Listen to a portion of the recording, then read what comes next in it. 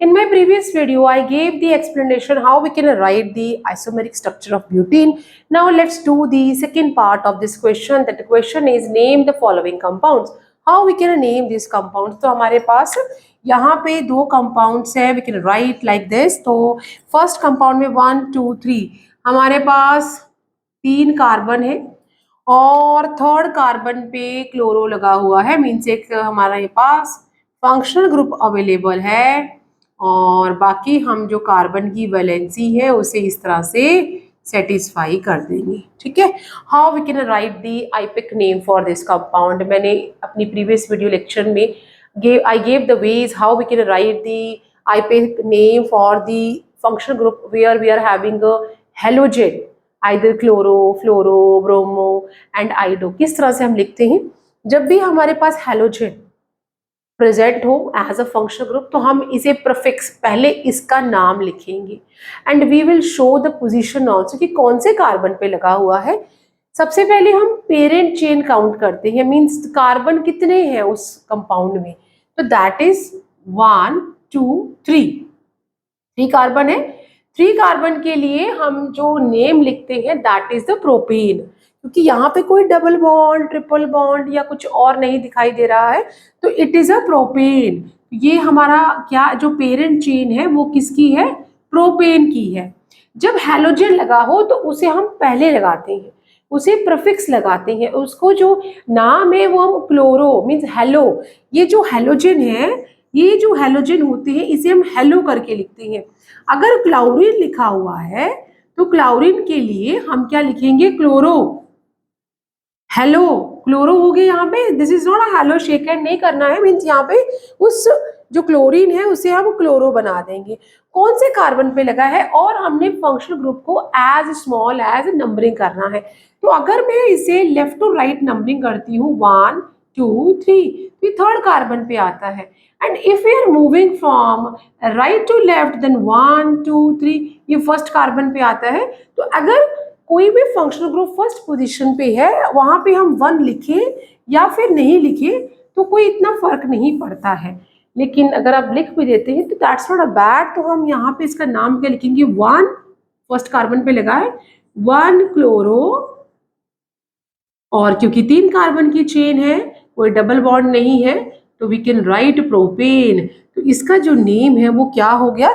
The name the following compound that is a 1 chloropropane or you can simply write chloropropane.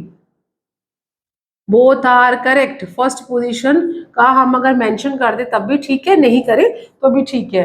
Question में अगर इसे Roman में 1 लिखा है तो we can write like that.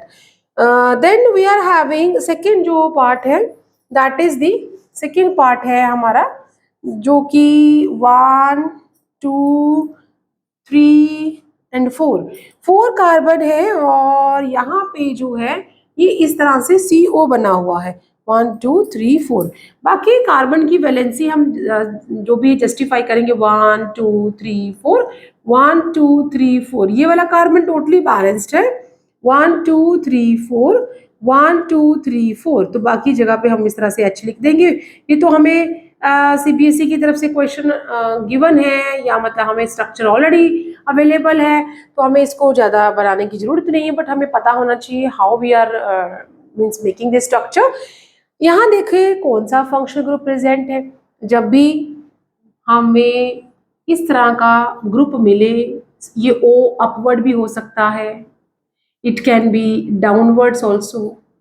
अगर आपको किसी भी कंपाउंड में कार्बन जिसके पास डबल बॉन्ड के साथ ऑक्सीजन लगा है और दोनों साइड पे कार्बन या एल्काइल चेन है तो ये क्या है? That is a ketone. कौन सा फंक्शनल ग्रुप है यहाँ पे? यहाँ पे फंक्शनल ग्रुप कौन सा अवेलेबल है? दैट इज फंक्शनल ग्रुप यहाँ पे जो है दैट इज द कीटोन है. और जब हम कीटोन में नाम लिखेंगे तो हम सफिक्स लगाएंगे क्या? That is 1. हम एल्केन का जो E है उसे रिप्लेस करेंगे. E गेट रिप्लेस किससे हो जाएगा? That is with 1. और यहाँ पे कोई डबल बॉन्ड नहीं है, कोई ट्रिपल बॉन्ड नहीं है तो यहाँ पे हमारे पास एक फंक्शनल ग्रुप प्रेजेंट है दैट इज अ कीटोन. और यहाँ पे कितने पेरेंट चेन है, सबसे पहले जब हम नेमिंग करते हैं we have to be give the numbering small to the functional group. जो फंक्शनल ग्रुप है उसे सबसे छोटा नंबर देना है, means either you can go top to bottom और बॉटम टू टॉप और left to right, right to left, means make sure कि जो फंक्शनल ग्रुप है it is getting a smallest number as possible and the carbon chain और parent chain is longest as a possible. तो अगर मैं यहाँ से काउंटिंग करती हूँ 1 2 3 4 मीन्स 4 कार्बन है, ये तो डेड श्योर है, क्योंकि अगर हम 1 2 3 4 either we are moving left to right और राइट टू लेफ्ट, कार्बन तो 4 ही है। 4 कार्बन के लिए हम नाम लिखते हैं ब्यूटेन, ठीक है। अगर मैं इसे यहाँ से काउंट करूंगी 1 2 3, तो ये थर्ड कार्बन पे कीटोन लगा है। 1 2 3 4 अगर हम यू काउंट करेंगे तो सेकेंड कार्बन पे कीटोन लगा है, तो इसका नाम हम क्या लिखेंगे, दैट इज दी ब्यूटेन आ गया है, ठीक है। ब्यूटेन, एज आई सेड की जो ई है वो रिप्लेस हो जाएगी 1 से, ये क्या बन गया, ब्यूटेनन। और सेकेंड कार्बन पे लगा हुआ है तो नाम आ जाएगा 2 ब्यूटेनन। तो इस तरह से हम आईपीएसी नेम इसका लिख सकते हैं।